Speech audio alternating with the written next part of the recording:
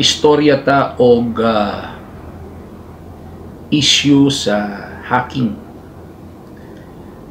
Sa atong panahon karon, hacking is a serious problem and hacking is a serious crime.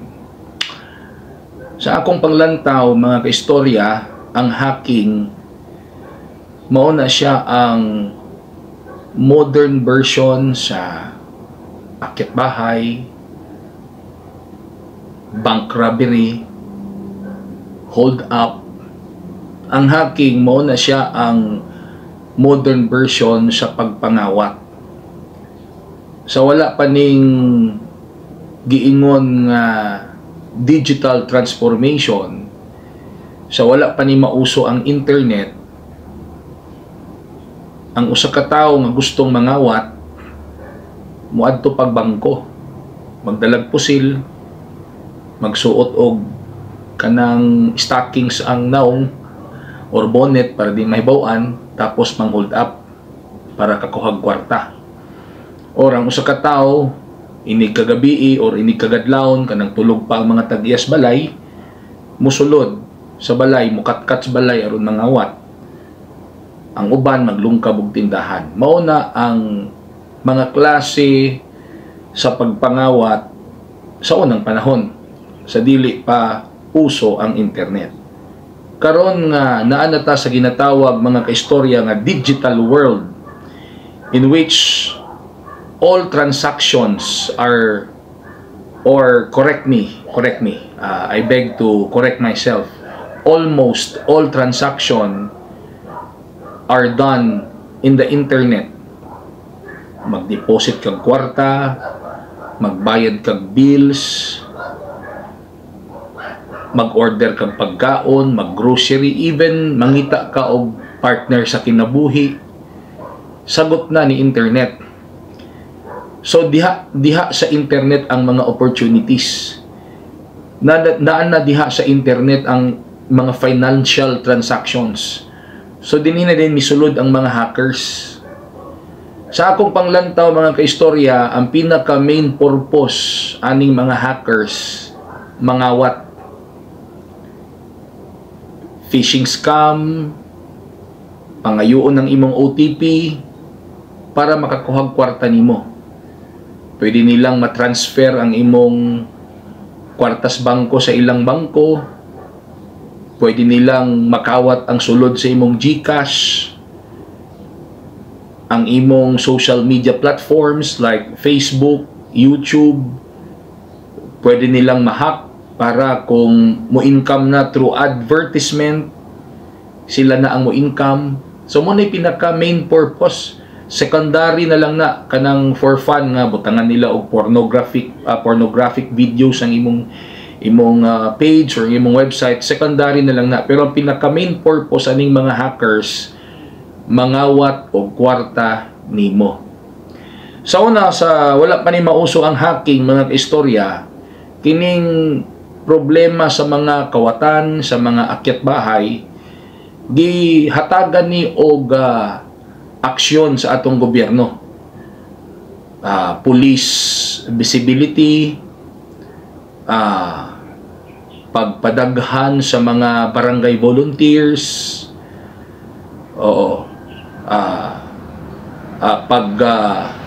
pagbutang og daghang mga poste para hayag, no?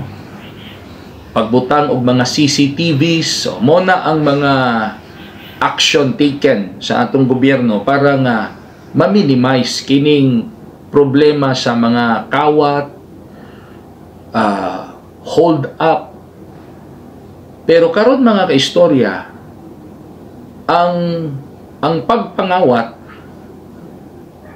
ang pagpang-hold up, di na makaya og CCTV, di na makaya og police visibility, di na makaya og barangay volunteers visibility nga naman.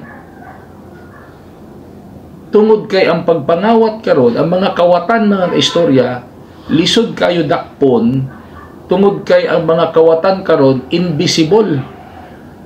kinsa maning mga invisible kawatan, invisible kawatan, mao ni sila ang mga hackers nga mangawat sa imong GCash, mangawat sa imong bangko, ilugon ang imong page, ang imong YouTube channel, pero wa ka kaila kung kinsa ni sila, mga kaistorya. So katong mga old school nga pamaagi aron mapakgang kining mga kawatan, dili na siya applicable sa atong panahon. So kinahanglan nga ang atong gobyerno, mga kaistorya, mag-innovate, maghuna-huna og mga pamaagi unsaon paghatag og solusyon kini nga problema, mga kaistorya, tungod kay dako na ni karon nga problema. Daghan kaayong mga Pilipino ang nangakawatan, daghan kaayong mga kinabuhi ang naguba tungod aning mga hackers. Tulo ka sektor sa mga citizen, sektor sa atong gobyerno, o sektor sa atong mga sektor sa sektor sa mga mga private citizens, sektor sa atong gobyerno or legislators, and sektor sa atong kapulisan. Dinita magsugod unsay pwedeng mabuhat nato nga mga private citizens aron nga dili magdasa kining mga hackers, dili sila magsucceed sa ilang daotang mga tinguha. Dapat kita nga mga private citizens magmainampingon na gid ta, no? Magmainampingon na gid ta. We should be vigilant in using the internet. Di na gid ta magpailad anang atong madawat nga mga messages sa email, sa Facebook, sa atong cellphone, nga ilad-iladon ta, tapos mapugos tag click.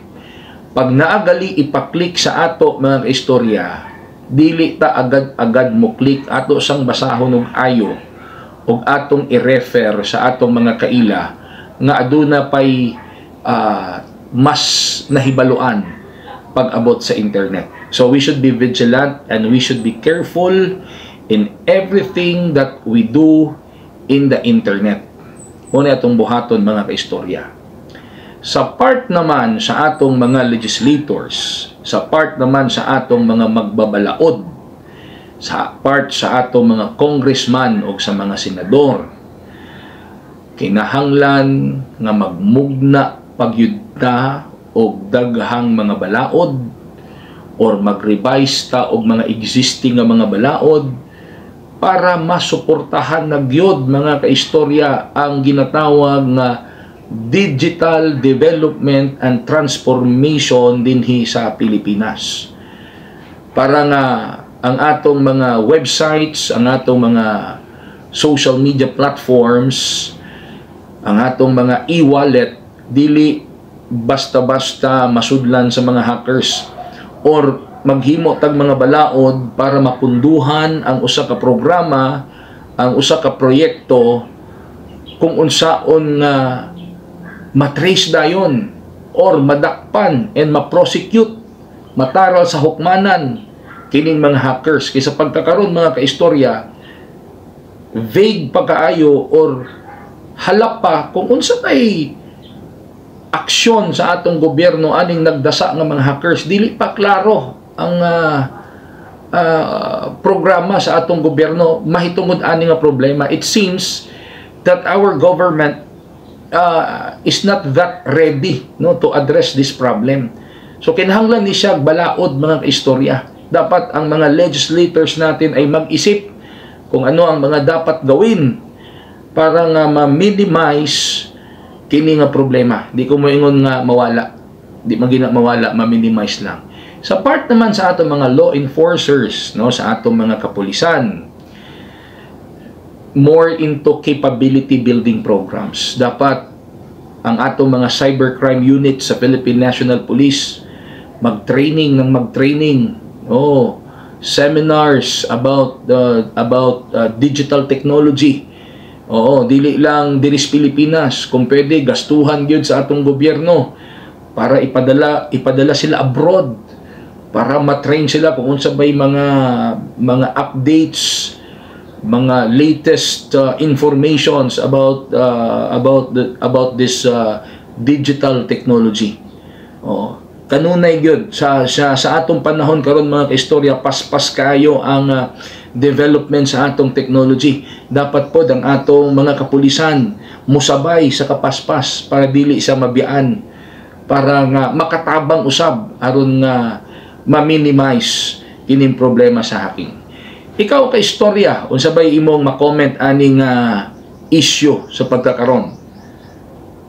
Unsa bay angay natong buhaton para ma-minimize kining problema sa hacking sa Pilipinas nga naghatag yod og dakong problema sa gobyerno o sa mga katawhan? Please write your comments below, and kung bago pa mo ani nga page or ani nga YouTube channel, please don't forget to click the follow button. Follow, and kung namo sa YouTube nagtan-aw, subscribe, and please like, comment, and share. Daghang salamat and have a nice day.